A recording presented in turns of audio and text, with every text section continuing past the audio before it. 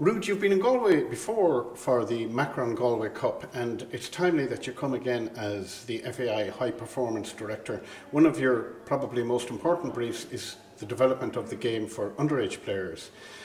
You have a special presentation here tonight. What kind of format is it going to take? What are your key messages? The key message would be what a game is.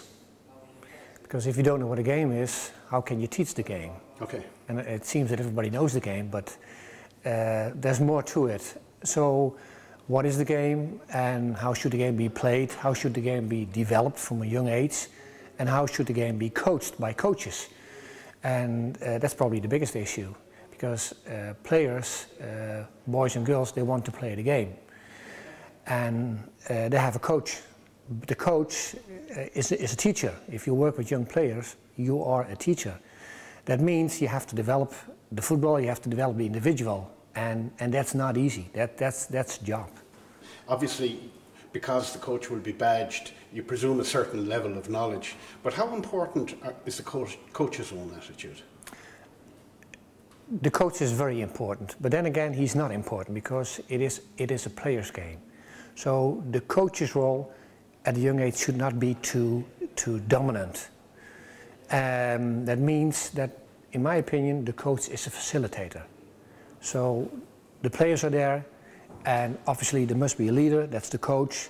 So he helps the coach to develop themselves into the game. And that means, of course, there's a setup, there's a system of play, but football is not PlayStation.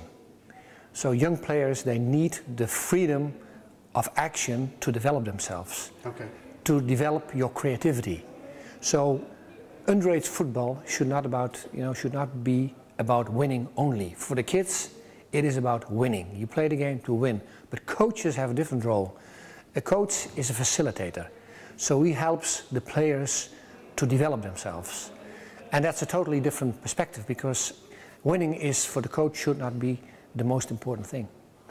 And if it is, there's a different objective, there's a different philosophy.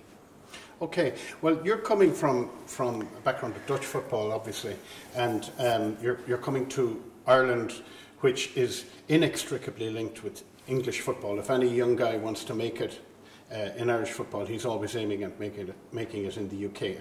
And the UK style of football is a lot more frenetic than continental football, than what perhaps used to be known as total Dutch football. Do you find that? Can you see that contrast easily here, and do you think it's something we should change, or do you think there's any way out of playing the English brand of football that inevitably we're all sucked into? Well, I guess it is what it is. But until a certain age, players are in this country, and we have to look to ourselves. So what can we do? Because young children, they start at the age of 6, 7, play football, and so there's a big responsibility for us to develop the kids, to develop the game, and so we should put, let's say, effort in that to do it better, in a better way. Because you always have to take the next step, and we have good coaches, but always you have to look for the next step. How can we improve? How can we do this better?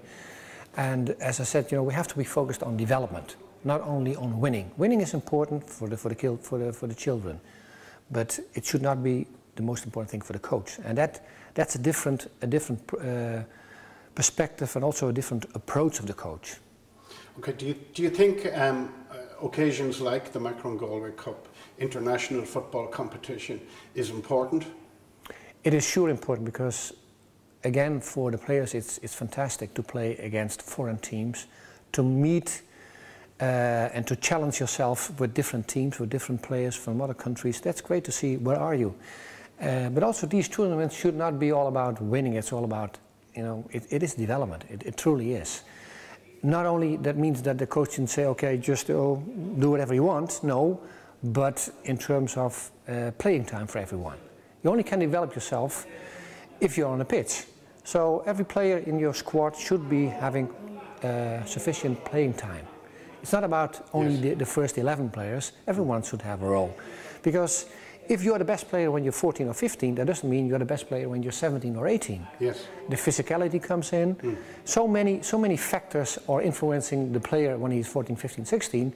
So that might be totally different 3-4 years later. So it's again an obligation of the coach to develop all the players in your squad, because you have a responsibility of 16 or 18 players you have. Sure. At the same time, Rudd, I know one of your tenets is that good players should play with good players. Yeah. For the elite pathway, that's definitely the best, because there's also another path. For players who are not elite, you have to develop them because they might be elite in a later stage. Okay. So you need to have, for example, good leagues, good competitive levels for all players, so they can easily make the step to the next level. But at an elite level, it's important that the best play with the best.